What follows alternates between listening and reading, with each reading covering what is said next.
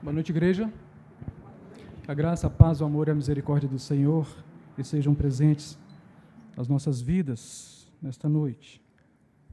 Sem demoras, eu peço à igreja, vamos abrir nossas Bíblias no livro de Apocalipse, no capítulo de número 5.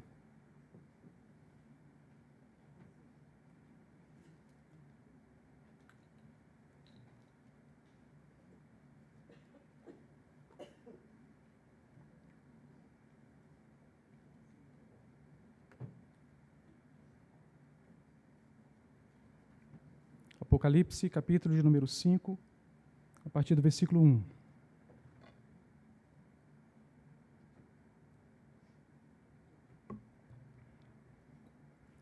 Palavra do Senhor que diz: Vi na mão direita daquele que estava sentado no trono um livro escrito por dentro e por fora, de todo selado com 7 selos. Vi também um anjo forte, que proclamava em grande voz: Quem é digno de abrir o livro e de lhe desatar os selos?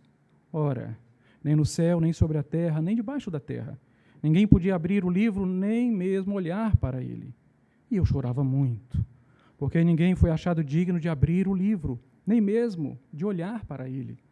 Todavia um dos anciãos me disse: Não chores, eis que o leão da tribo de Judá, a raiz de Davi, venceu para abrir o livro e os seus 7 selos.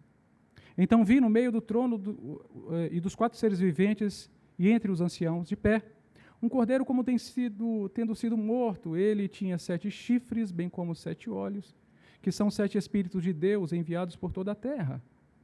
Veio, pois, e tomou o livro da mão direita daquele que estava sentado no trono. E quando tomou o livro, os 4 seres viventes e os 24 anciãos prostraram-se diante do cordeiro, tendo cada um deles uma harpa e taças de ouro cheias de incenso, que são as orações dos santos. E entoavam um novo cântico, dizendo: Digno és de tomar o livro e de abrir-lhe os selos, porque foste morto e com o teu sangue compraste para Deus os que procedem de toda tribo, língua, povo e nação. E para o nosso Deus os constituíste reino e sacerdotes, e reinarão sobre a terra.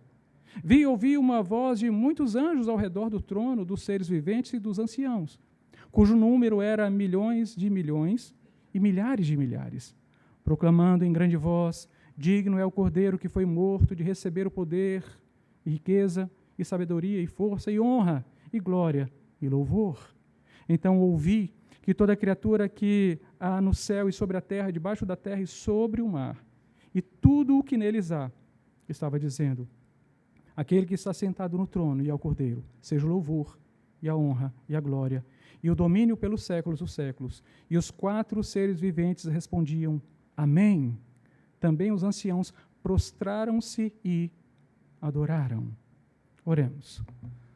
Senhor nosso Deus, eterno Pai, estamos em Tua santa presença e pedimos-te a Tua misericórdia sobre as nossas vidas. Misericórdia, Senhor, para aprendermos a Tua palavra, para que ela possa ser incisiva em nossos corações, e tudo aquilo que o Senhor tem preparado para esta noite, que Tu mesmo, Senhor, possa direcionar a cada coração, e que no coração de cada um de nós possa fazer morada. Abençoa, Senhor, a cada pessoa, a cada família aqui representada, e que a Tua palavra, Senhor, encontre endereço certo no nosso coração, e que ali permaneça para a glória do Teu nome. No nome de Jesus oramos. Amém e amém. Louvado seja o Senhor. O título do sermão desta noite é A Dignidade do Cordeiro e o Livro da Redenção e do Juízo. Um dos livros mais infames já escritos na humanidade foi o bestial Mein Kampf, Minha Luta, escrita por Adolf Hitler entre os anos de 1924 e 1925. O livro serviu como um manifesto nazista que embalou os esforços militares alemães, que no transcurso de 6 anos de guerra, da Segunda Guerra Mundial, deixou o saldo de pelo menos 50 milhões de mortos. Apesar de fragmentos do livro monstruoso do líder nazista estar disponível há anos, em janeiro de 2016, tornou-se de domínio público, podendo ser lido e estudado por milhões de pessoas em todo o mundo, não sendo possível, de acordo com alguns analistas, prever o impacto e a repercussão que tal literatura poderá provocar em leitores incautos. Apesar de banido em muitos países e proibido em outros, a simples posse do abjeto livro pode ser considerado crime. Por onde chega, o Mein Kampf segue espalhando ódio, fruto do discurso nazista mais aviltoso já produzido por Hitler. Hitler, com as ideias de seu livro, levou à morte nos campos de extermínio a milhões de pessoas, dentre judeus, ciganos, negros, eslavos, soviéticos, poloneses, deficientes físicos e muitos outros. Foram cerca de 26 milhões de pessoas que foram exterminadas nos campos alemães.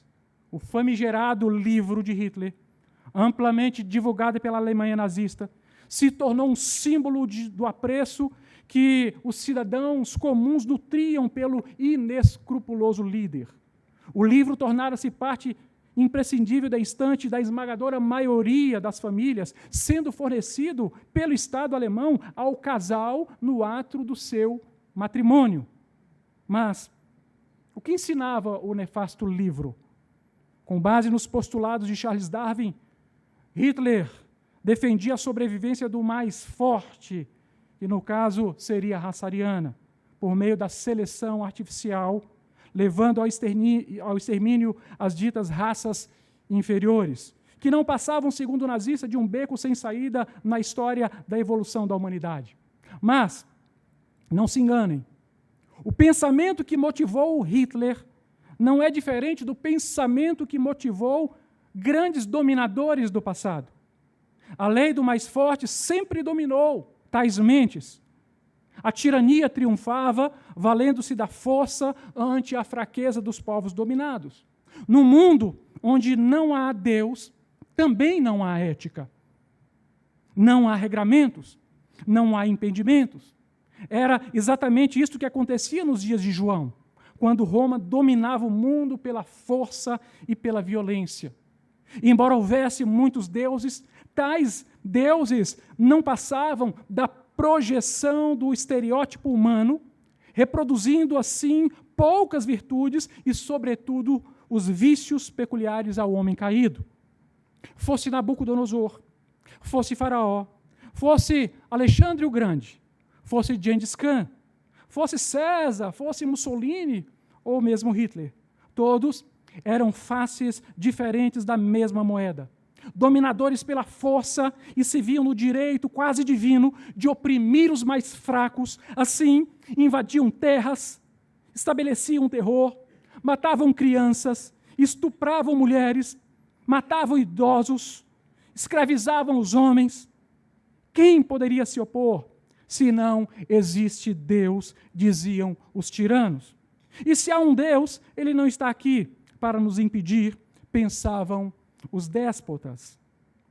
Esse terrível quadro introdutório nos fará entender um pouquinho daquilo que se passava no coração do apóstolo João. Entendam que no capítulo 4 do livro do Apocalipse, João viu o trono no céu, e o trono significava o governo perene e absoluto do Senhor Deus Todo-Poderoso sobre todas as coisas. Já o capítulo de número 5 anuncia: o juízo de Deus está chegando. Deus virá como juiz para toda a terra. Então percebam, igreja, que a primeira coisa que chamou a atenção de João no céu foi o trono de Deus, no capítulo 4, mas a segunda coisa que chamou sua atenção foi o livro selado do capítulo 5. Nos dias de João, a humanidade estava sendo tiranizada e a igreja estava dentro deste contexto.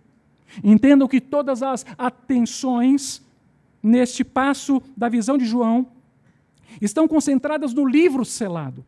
João vê o livro na mão daquele que estava sentado no trono, mas ninguém foi achado digno de abri-lo, ou antes, ninguém mesmo foi digno de sequer olhar para o livro que estava nas mãos de Deus.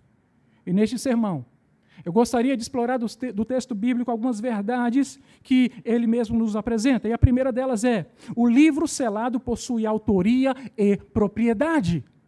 O versículo de número 1 diz: vi na mão direita daquele que estava sentado no trono um livro escrito por dentro e por fora, de todo selado com 7 selos. O que João está dizendo é que o livro selado é da autoria de Deus. Amém? Toda a história da humanidade, que segue o que chamamos de metanarrativa cristã, criação, queda, redenção e consumação, está descrita naquele livro. E somente Deus tem o domínio de todas as coisas e nada sairá do seu controle absoluto. E não há quem possa fugir dos desígnios do Criador. Aleluia. Repito, o livro que registra a história da humanidade, que contém a redenção para os eleitos e a condenação para os réprobos, e também a consumação de todas as coisas, segundo o que foi estabelecido por Deus, o Deus 3 vezes santo, que está sentado no seu trono de glória, possui a autoria desse livro é do Senhor. E é isso que o capítulo 5 está a nos dizer.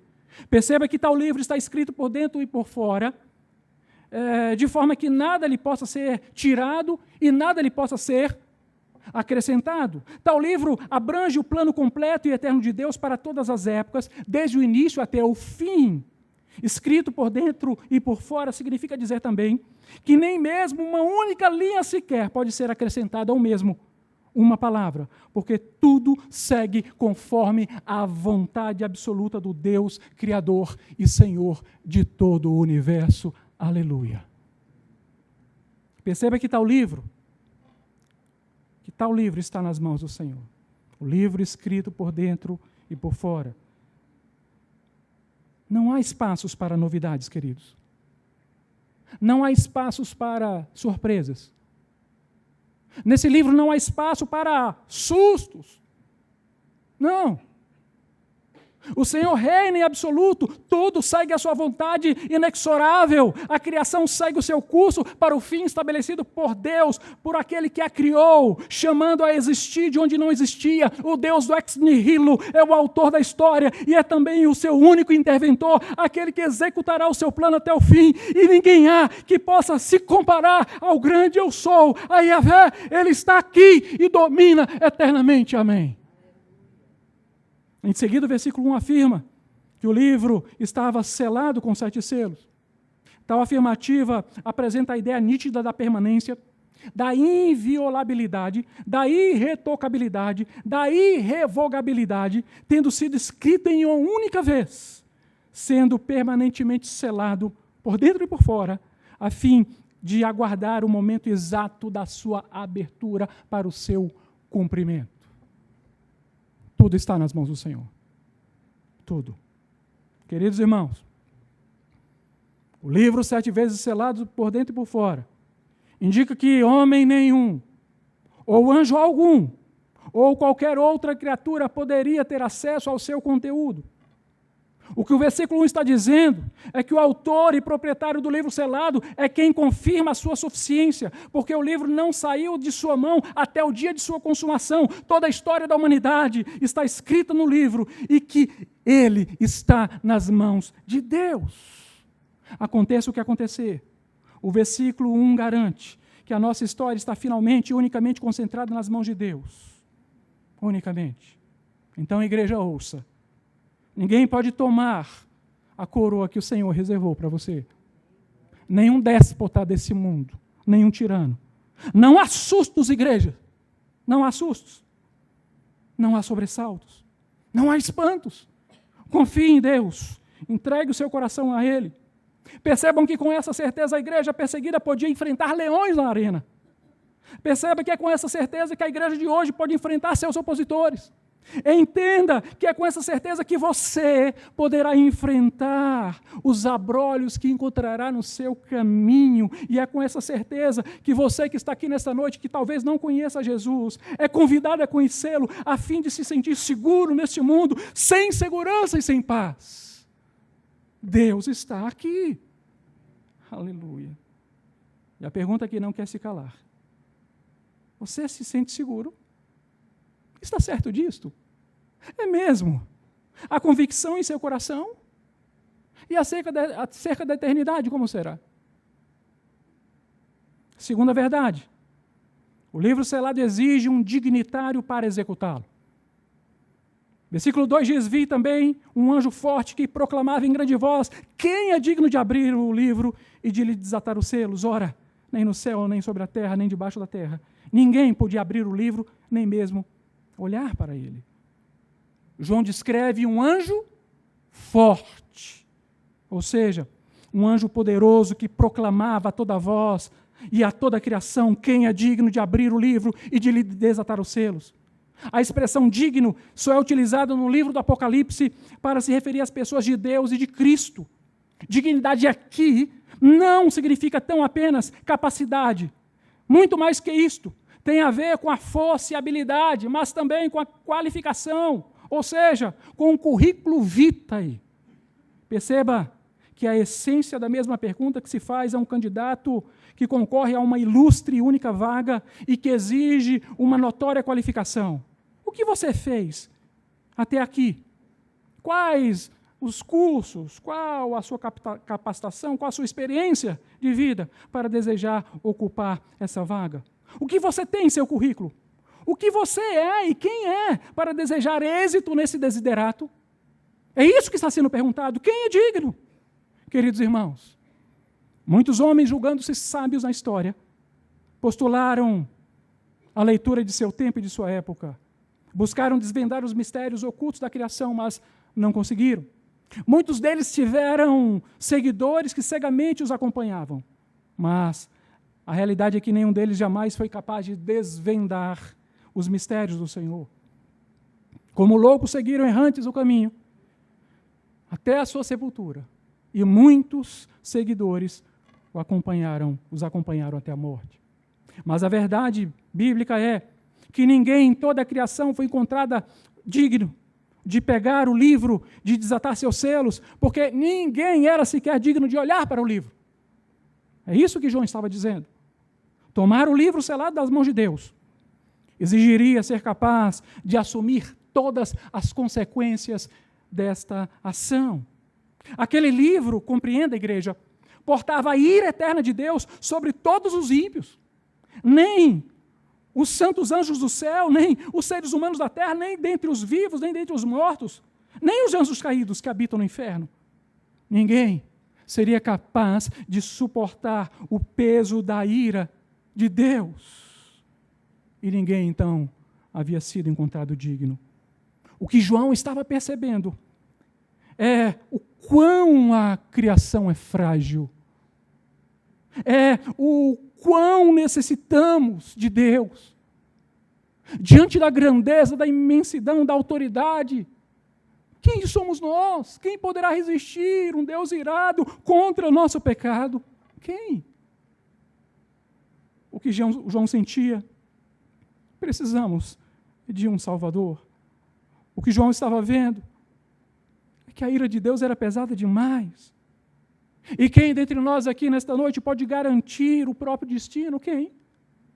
Quem pode garantir se amanhã pela manhã ainda estaremos vivos? Qual de nós? E se há alguém aqui nesta noite que se julga tão forte, tão cheio de saúde, tão cheio de vida e tão dono de si, e pensa que não terá que prestar conta diante de Deus, ora, está muito enganado. E é hora de reflexão. A terceira verdade que nós apresentamos: a humanidade sem Cristo está perdida. Versículo 4 diz: e eu chorava muito, porque ninguém foi achado digno de abrir o livro, nem mesmo sequer olhar para ele. O versículo 4 demonstra uma tristeza profunda de João. A igreja precisava de redenção. Cristãos eram levados aos borbotões para a morte. O sangue dos mártires regava o solo, pululava na memória recente do apóstolo centenas e centenas de amigos e irmãos que haviam sido mortos por causa da fé que portavam. O seu coração explodia de dor e em lágrimas. E o simples ato de respirar se tornou difícil demais para João. O choro sufocava seu peito. É impossível ao apóstolo ouvir o clamor do anjo e manter-se estável. Essa era a dor. Perceba que a maldade dos ímpios consumia a terra. E o sangue da igreja clamava por vingança. A igreja implorava por redenção, ao passo que a humanidade ímpia zombava de Deus. Era esse o quadro. Uma dor voraz, então, querida igreja, tomou o coração de João, porque ao ouvir o clamor do anjo, via que céus e terra eram percorridos e ninguém foi achado digno de tomar o livro selado das mãos de Deus. O deslinde da história da humanidade com o final apoteótico da redenção do povo eleito do Pai estava ameaçado. Compreenda, igreja, se o livro permanecesse selado, a maldição de Deus continuaria sobre a humanidade pecaminosa e o sofrimento permaneceria para sempre. Perceba que mais tiranos surgiriam, um após o outro. Os mais fracos continuariam a ser oprimidos e nada mudaria. Uma incerteza sequestrava o coração de João. O que vou falar para a igreja? O que vou dizer para os que sofrem? Como enfrentarão esse vale de dor e de lágrimas? Compreende, igreja?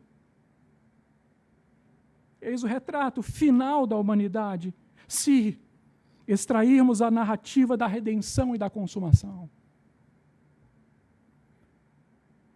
E foi exatamente o que João viu. O desespero de não haver um redentor. O infortúnio de estarmos entregues à própria sorte. Na história da humanidade, os déspotas de João se uniriam aos déspotas de todas as épocas, inclusive da nossa, e a humanidade estaria sempre numa amálgama de destruição e de morte. A verdade é que sem Cristo estaríamos perdidos. Perdidos. Percebam o desespero do apóstolo. Percebam. A humanidade não tinha esperança. Era um cenário caótico demais. Sem Cristo, o nosso próximo passo, para além da sepultura, seria o inferno, igreja. A separação eterna de Deus. Eis a razão por que João chorava. Quarta verdade. Jesus é a nossa única esperança. Versículo 5, todavia, um dos anciãos me disse, não chores. Eis que o leão da tribo de Judá, a raiz de Davi, venceu para abrir o livro e os seus 7 selos. Queridos, a dor de João foi tão grande que foi necessário que um dos anciãos fosse até o seu encontro para consolá-lo. Era como se dissesse, João, não chore, meu filho, não chore, porque Deus já estabeleceu a providência. Amém? Deus já estabeleceu a providência. O leão da tribo de Judá, a raiz de Davi, venceu para abrir o livro e os seus 7 selos. Glória a Deus por isto. Queridos, Deus sempre provê o livramento. Você crê nisto? Sempre. Aleluia. Por mais que as circunstâncias sejam difíceis, no final a vontade eterna do nosso Deus prevalecerá. O leão da tribo de Judá, a raiz de Davi, venceu. Esta é a convicção que há de haver nos nossos corações. Aleluia. Louvado seja o Senhor. Perceba que João faz menção à profecia de Jacó, do capítulo 49 do livro de Gênesis, do versículo 8 a 11, que diz, Judá, teus irmãos te louvarão, a tua mão estará sobre a cerviz de teus inimigos. Os filhos de teu pai se inclinarão a ti. Judá é leãozinho. Da presa subiste, filho meu. Encurva-se e deita-se como leão, e como leão a quem o despertará?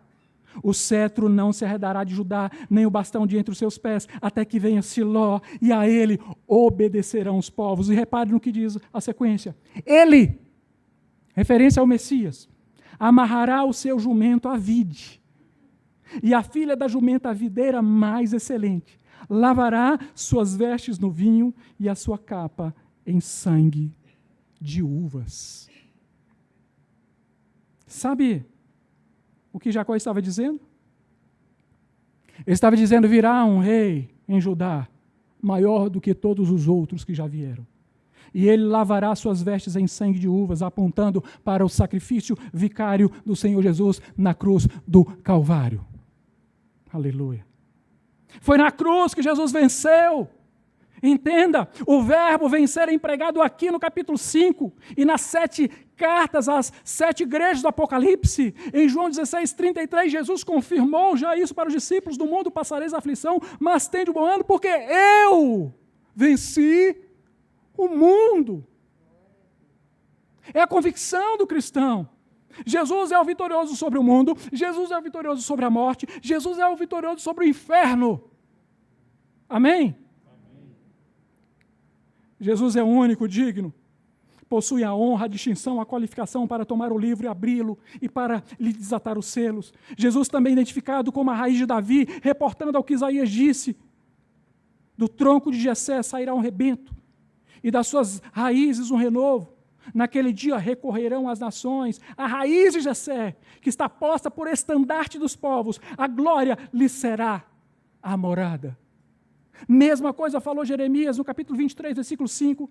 Eis que vem dias, diz o Senhor, em que levantarei a Davi um renovo justo, um rei, que reinará e agirá sabiamente, e executará o juízo e a justiça na terra. Finalmente disse Zacarias, capítulo 3, versículo 8. Ouve, pois, Josué, sumo sacerdote, tu e os teus companheiros que se assentam diante de ti, porque são homens de presságio, eis que eu farei vir o meu servo, o renovo. O Senhor está presente, aleluia. A descrição do dignitário era para o apóstolo João insofismável. Jesus é o único digno de abrir o livro. Aleluia. Quinta verdade, a morte de Jesus é o que lhe confere dignidade e poder. Versículo 6, então vi, no meio do trono dos 4 seres viventes, entre os anciãos, de pé, um cordeiro como tendo sido morto. Ele tinha 7 chifres, bem como 7 olhos, que são os 7 Espíritos de Deus enviados por toda a terra. Quando o versículo anterior, queridos, anuncia o leão da tribo de Judá e a raiz de Davi, imediatamente imaginamos a representação da força, da coragem, da destreza, do domínio representados em um leão. Não é verdade? Imaginamos o leão como o rei da selva, como aquele animal imponente. Mas não é um leão que João vê. O leão da tribo de Judá não era um leão.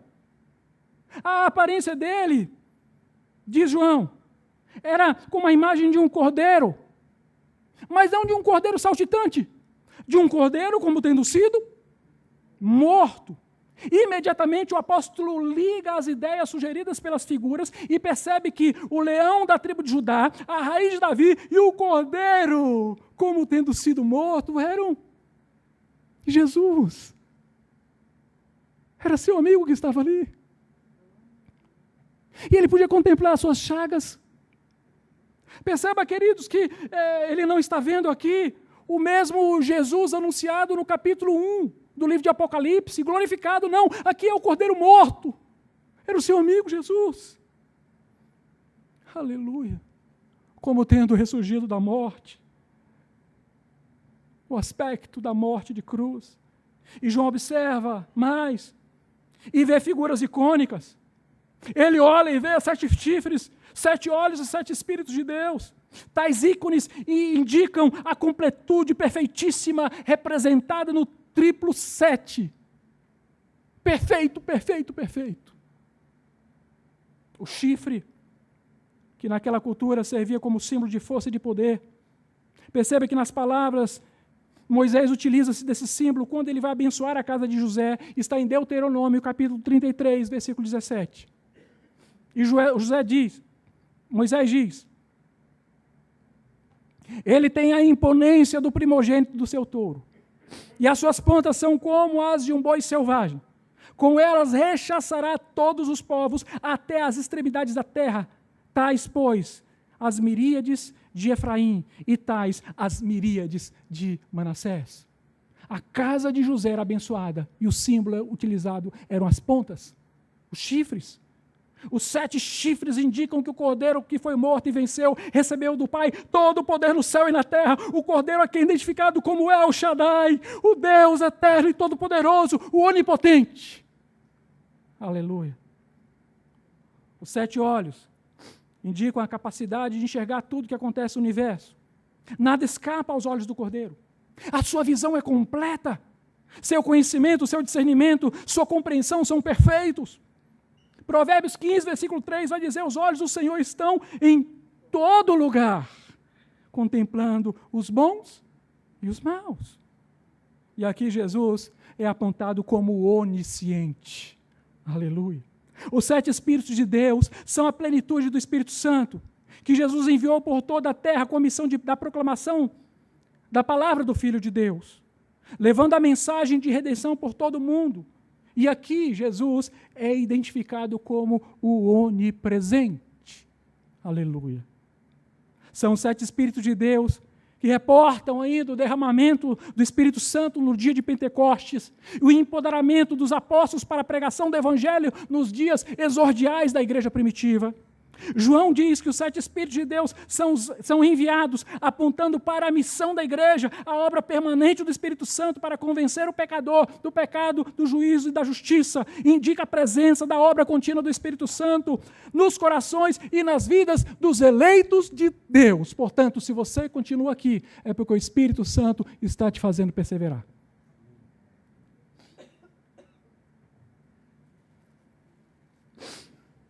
Louvado seja o Senhor.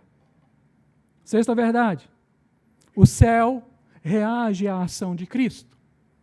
Versículo 7 diz: Veio, pois, e tomou o livro da mão direita daquele que estava sentado no trono. E quando tomou o livro, os 4 seres viventes e os 24 anciãos prostraram-se diante do Cordeiro, tendo cada um deles uma harpa e taças de ouro cheias de incenso, que são as orações dos santos.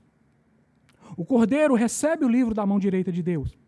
A mão direita indica a confiança plena do Pai na autoridade justa do Filho para a realização de todo o conteúdo do livro. João explica que, quando o Cordeiro tomou o livro, houve imediata reação no céu.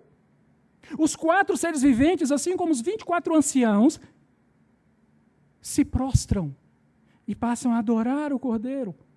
Uma espontânea adoração passa a acontecer no céu, porque Deus reconheceu a autoridade do Cordeiro, o júbilo toma conta do céu, e não há mais motivo para choro. O coração de João é arrebatado pela alegria, porque o livro da redenção da igreja seria então executado pelo Cordeiro.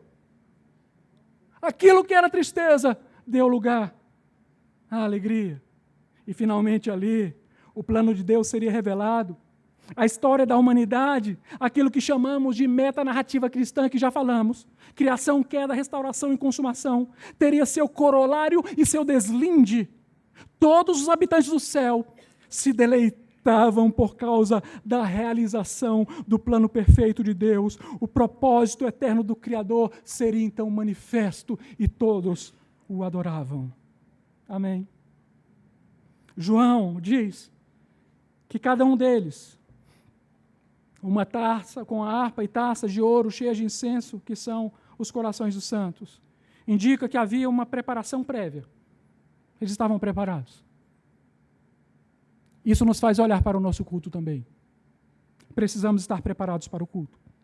O culto cristão não pode ser feito de qualquer forma.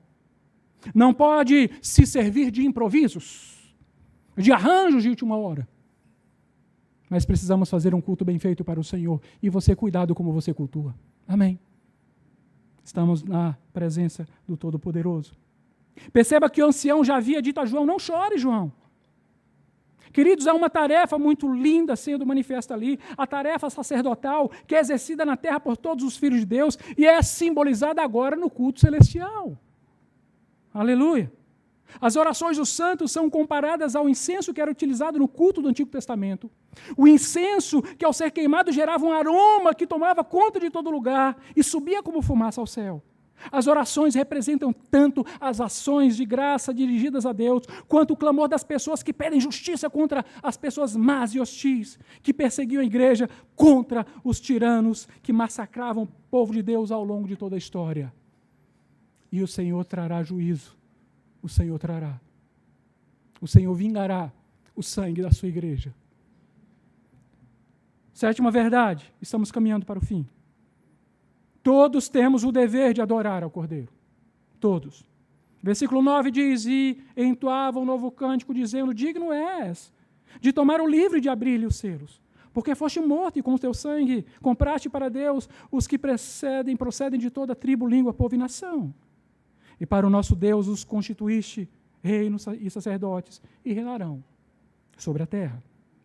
Aqui, nesse passo, queridos, nesse momento, encontramos o primeiro de 3 hinos que seriam executados no capítulo 5, por causa da obra redentora de Cristo na cruz.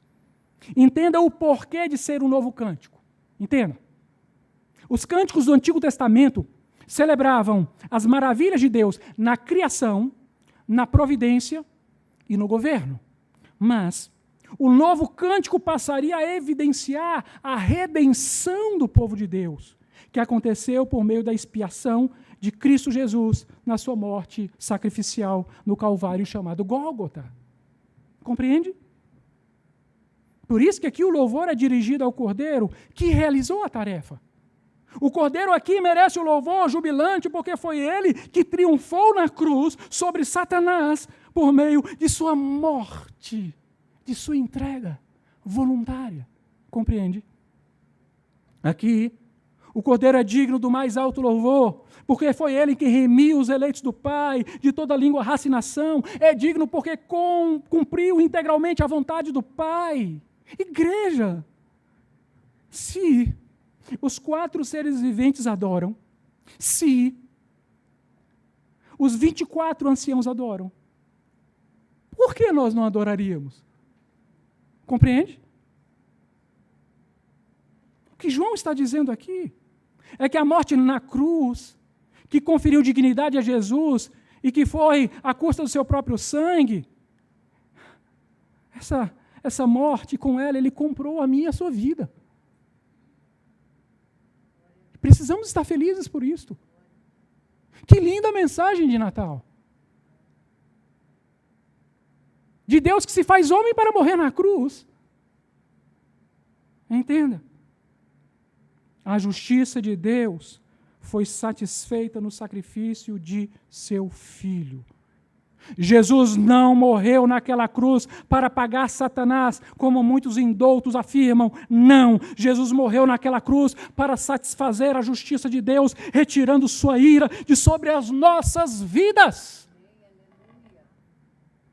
Jesus morreu naquela cruz para formar um reino de sacerdotes e como cidadãos do reino de Deus, temos a obrigação de servirmos ao rei como sacerdotes dedicados ao nosso ofício. Seja na vida presente, seja no porvir, fomos constituídos para servir como sacerdotes que não negligenciam o seu ofício. Então olhe para o culto que você presta a Deus. 8º e último lugar. No céu o culto será permanente. Versículos 11 e 12 diz: Vi e ouvi uma voz de muitos anjos ao redor do trono, dos seres viventes dos anciãos, cujo número era milhões de milhões e milhares de milhares, proclamando em grande voz: digno é o Cordeiro que foi morto de receber o poder, e riqueza e sabedoria, e força, e honra, e glória, e louvor. Aqui, igreja, perceba, João descreve uma infinidade de círculos concêntricos de anjos que adoram no número incalculável. O escritor aos Hebreus teve semelhante revelação quando ele escreveu em Hebreus capítulo 12, versículos 22 a 24, dizendo: Mas tendes chegado ao monte Sião, e à cidade de Deus, do Deus vivo, a Jerusalém celestial, e a incontáveis hostes de anjos, e a universal assembleia, e a igreja dos primogênitos arrolados no céu, e a Deus, o juiz de todos, e aos espíritos dos justos aperfeiçoados, e a Jesus, o mediador da nova aliança, e ao sangue da aspersão, que fala coisas superiores ao que fala o próprio Abel. Ele está descrevendo o culto no céu. E um dia nós participaremos desse culto, sem impedimentos, sem pesares. Entregaremos completamente o nosso culto ao Senhor, já sem o pecado, porque o que é corruptível será revestido de incorruptibilidade, porque o que é mortal será revestido de imortalidade. Amém? Louvado seja o Senhor. Perceba a grandiosidade do culto no céu. Perceba a sua harmonia, a sua ordem, a sua dimensão, a sua amplitude. E aqui temos o segundo hino de adoração ao Cordeiro. Aqui o Cordeiro é digno porque foi morto. Amém? Aqui todos os anjos são convocados à adoração. Todas as criaturas racionais, os anjos ministradores, são também anjos adoradores. Notem que a atenção de todos os habitantes do céu está voltada para o Cordeiro, inclusive a atenção do Pai. Porque Ele é digno. Jesus é digno, irmão. Amém? Dignifique-o com tua vida. Aleluia. Aleluia. No segundo hino são utilizados 7 substantivos atribuídos ao Cordeiro. Veja o que o coro angelical diz. Poder, riqueza, sabedoria, força, honra, glória e ações de graça. Cristo está sendo exaltado na plenitude e na medida máxima da adoração. Esses 7 substantivos eram atribuídos unicamente a Yahvé no Antigo Testamento. Mas, agora, são dirigidos ao Filho por causa da sua obra redentora na cruz. E agora eu te pergunto, será que alguém poderá ir para o céu se não gosta de culto? Será? Como pode alguém se dizer reformado? Eu sou um cristão reformado e fala da reforma protestante, de Martinho Lutero, de João Calvino e tantos outros, mas não gosta da igreja, não gosta da vida da igreja, não se envolve com a igreja, não participa das celebrações, não participa dos cultos, da comunhão dos santos, como pode? 9º lugar, agora sim é o último. Todos temos o dever de adorar a Deus e ao Cordeiro, todos. Todos temos o dever. Então ouvi que toda criatura que há no céu e sobre a terra e debaixo da terra e sobre o mar e tudo que neles há, estava dizendo, aquele que está sentado no trono e ao Cordeiro, seja o louvor e a honra e a glória e o domínio pelos séculos dos séculos. Eis aqui o terceiro hino de louvor. Só que o terceiro hino, todas as criaturas racionais são reunidas e se apresentam para adoração. Todas. E a adoração é ao que está sentado no trono e ao Cordeiro. Perceba que no terceiro hino, o Pai também é incluído. Perceba que Deus é o Rei de toda a criação, é Ele quem delegou o Filho para a sua obra, tanto de criação quanto para a obra de redenção. Por isso o louvor agora é dirigido ao Pai. Aqui ambos são adorados, o Criador e o Redentor. Os seres racionais irrompem em voz em adoração, porque o Deus triuno consumará sua obra. A criação que geme aguardando a redenção tem nas vozes das criaturas racionais o seu louvor. O Senhor veio em socorro à sua igreja, o Pai veio para resgate de seus filhos, o Cordeiro veio para buscar sua noiva. O louvor, a honra, a glória, o domínio por todos os séculos são do nosso Deus Criador e Redentor. Aleluia! Louvado seja o Senhor. E é nesse ponto que se encerram as primeiras visões. É nesse ponto que os 4 seres viventes dizem amém, aleluia. E é por causa disso a adoração dos 24 anciãos. Toda a igreja é reunida, representada nos 24 anciãos. O Antigo e o Novo Testamento, todo o povo de Deus, a igreja, composta por gentios e judeus, judeus e gentios convertidos, formam a igreja. E eu concluo meu sermão nesta noite, dizendo para você, categoricamente eu posso afirmar que Deus segue reinando em absoluto, ainda que os homens em sempre se deem conta disso. Precisamos saber que o livro já está nas mãos do Cordeiro. Esse livro, sim, é o livro a ser temido. Não o livro que qualquer outro escreveu por aí, não. Esse é o livro a ser temido. É o livro para a redenção da igreja e para a condenação e juízo de todos os ímpios. Nenhum outro livro humano pode ser mais temido ou mais amado do que esse. O livro que está nas mãos do Cordeiro, de autoria de Deus. O livro que apresenta-se selado. Até aquele momento apresentava-se selado, mas agora está sendo executado. E a suma desse livro é: igreja, igreja, aguarde a esperança. Aguarde. Porque o livro da redenção já foi aberto pelo Cordeiro. Ímpios, dominadores, déspotas, tiranos, ditadores, algozes, malfeitores, temam, porque o livro já foi aberto pelo Cordeiro. A hora da redenção da igreja está chegando. Aleluia. Mas a hora do juízo também está chegando. O Cordeiro que foi morto, mas ressuscitou e venceu a morte e o inferno, já está vindo. Você crê? Todos os opressores experimentarão a ira de Deus e do Cordeiro. Mas a igreja redimida, comprada pelo preço de sangue, reinará para sempre com o Senhor. E você, meu irmão, meu amigo, que talvez ainda não conheça Jesus, eis o tempo oportuno. E você pode entregar a sua vida para Ele. Você pode voltar-se para o Senhor, porque Ele hoje tem falado contigo. Que Deus nos abençoe. Curve a sua cabeça, vamos orar. Senhor Deus eterno Pai, obrigado, Senhor. Obrigado por Tua palavra lida e proclamada nessa noite. Obrigado. Que a Tua bênção seja sobre a vida de todos aqueles que a ouviram. E que eles entendam, Senhor, que de fato este sim é o verdadeiro livro que deve ser temido por todos e amado pela igreja. O livro, Senhor, que conta toda a nossa história e a história de como o Senhor nos tem amado. Pai, dá-nos força para perseverar, para sermos encontrados dignos. É assim que eu oro. Abençoa a tua igreja e aplica essa palavra ao coração de cada um de nós.